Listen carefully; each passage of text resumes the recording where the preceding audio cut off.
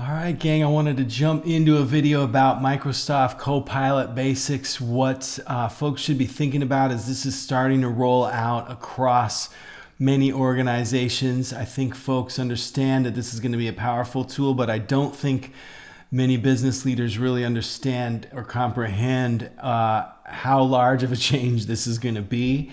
So that's what I want to dive in here today, a little bit deeper, understand the components of the Copilot. Look at the applications for document creation, communication, and these different emerging applications and how they might play a role in the future of your organization. Dive in a little deeper on the shift in mindset that is going to be necessary as this rolls out, as well as some of the challenges. I think there are going to be other options other than Copilot. So I think it makes sense to consider all the different options out there and the challenges with each. And then just a few recommended actions, things to think about. I have a cheat sheet version of this and all of my videos available in my Patreon for just a few dollars. If this is something you want to jump in there, download that, disseminate it across your team, etc. That might be a better way to digest this material. But let's jump right in. So you're probably aware Microsoft Copilot is an AI-driven system that'll really be integrated into the daily workflows of the modern workplace, leverages the power of learning models, large language learning models like ChatGPT. And it's really going to transform the industry and how we all work, whether it's Copilot or whether it's some other version of this. This is really going to be where the power of the ChatGPT and this AI starts to make its way into our day-to-day. So the big items here, the big components of the Microsoft Copilot, these are the applications such as Word, Excel, PowerPoint, Outlook. These are the things you're already familiar with, Teams, etc.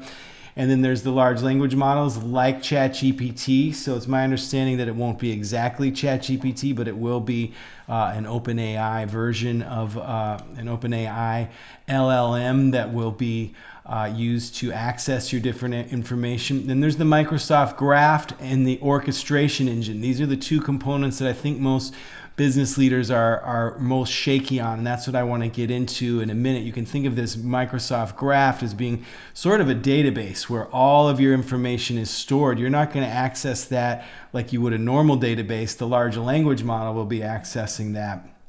And the orchestration engine is basically what's going to be doing all of those things. So here's a visual that you may have seen that Microsoft put out. You can see how these three things are connected. So you're really just going to be using these Microsoft applications. We'll get into those in a second, but there's a lot that's going to be going on behind the scenes, all with this orchestrator. That's this main middle section here, is going to be taking the information from all of these apps and spinning it around into these other areas. So this large language model, you can think of that as a reasoning engine. That is the ChatGPT that's going to be able to feed things back when you're in a Word document and you say, hey, give me a rough draft for a business proposal.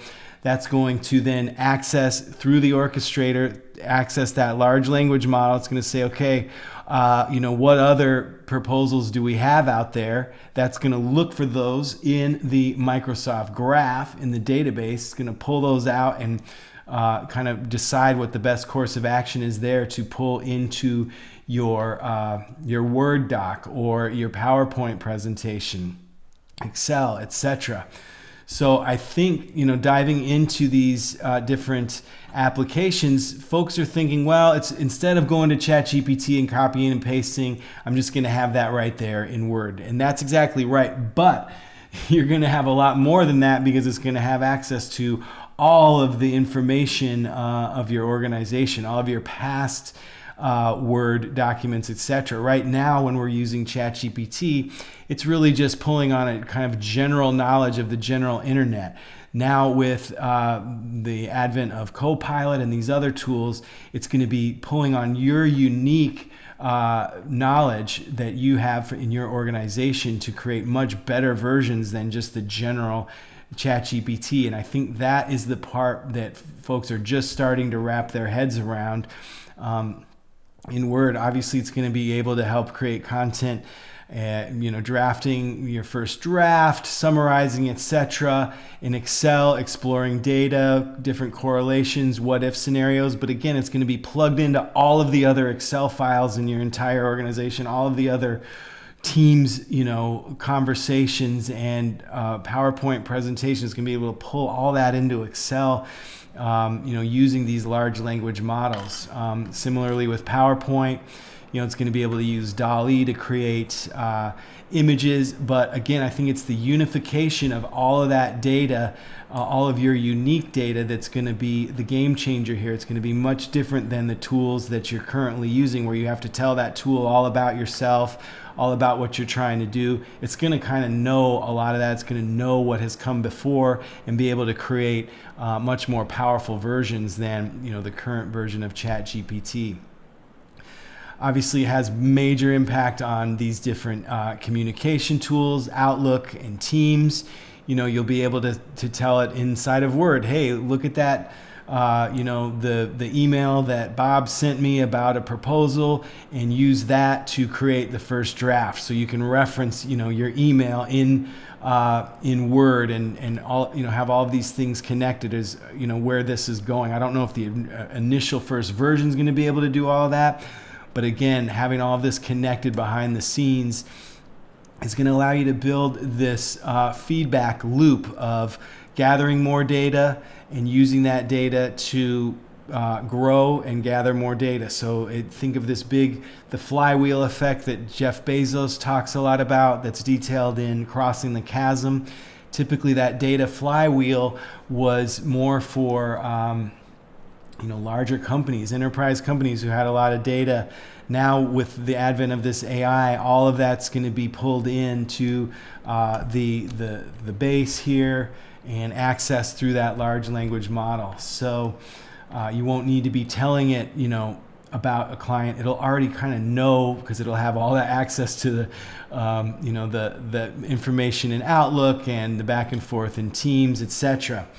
So there's a couple other tools that are coming out that you may be familiar with, but I think they're much less mainstream than the traditional Microsoft tools that we just talked about. And this is the Power Platform and Microsoft Viva. I think these could be playing a much larger role as we move into this Copilot world. The Power Platform, my understanding, is basically this is a way to create different applications, different software scripts with no code or with low code. So folks with just they don't have to be developers, but maybe just some significant technical background can start to create.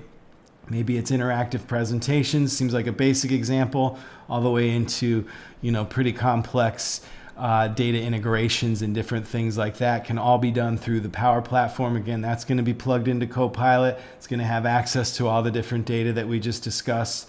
So it's going to make that much more powerful. And then there's the Microsoft Viva, which is a personalized learning application that has all different components there. So I think a lot of folks are going to be using this Microsoft Viva to train their teams on how to use Copilot. So I think these tools could become a much larger part of the discussion going forward as Copilot rolls out. So again, the thing I really want to hammer home is that this is going to be much more powerful than you can even see in some of the videos, the demo videos. You can kind of envision, okay, it can fill out my spreadsheet for me. There's already tools that kind of do that, or it can, instead of copying and pasting from ChatGPT, it'll just do that in Word.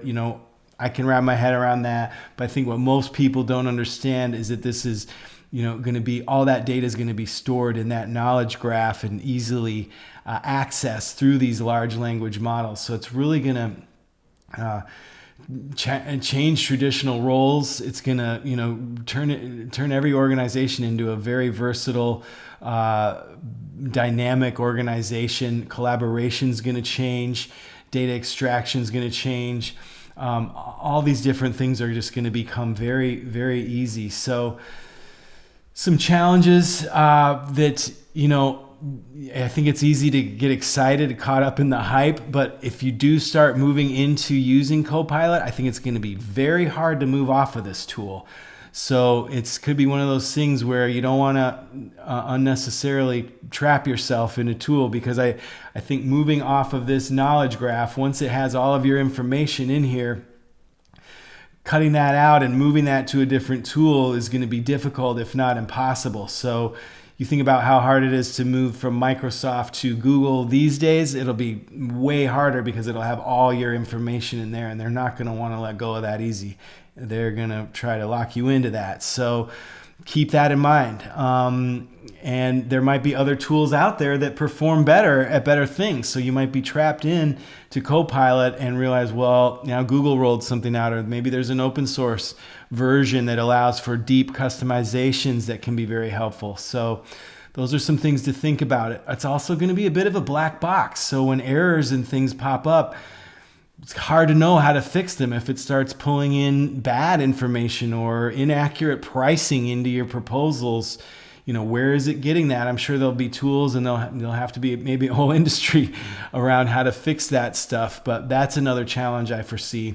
Another one is permission and privacy issues. As it's looking through all of your Outlook emails, all your teams, if there's anybody in there on Outlook talking trash about clients, that's going to get in there. And I know that they're probably thinking about that, but if you think about how easy it is for a team member to forward on an email string that has things in there that you may not want everyone seeing, I think there could be some issues like that, and different permissions. Maybe there's things that the leadership team is talking about that you don't want everyone in the company to know about.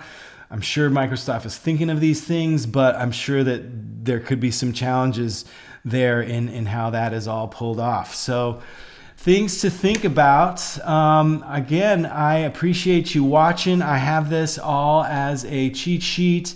I've got a bunch of resources in my Patreon for you to check out there. There's some text to code resources of ways you can streamline your processes using very simple Google Collabs. I also have some options in there for one-on-one coaching and consulting. If there's anything you want to chat with me about, I'd be happy to look into that with you and brainstorm, help you solve any challenges that you're facing. But thanks for watching. Please feel free to like, subscribe, comment. I'd love to hear from you. It is super helpful as I'm trying to get this YouTube channel off the ground. Otherwise, I will see you in the next video.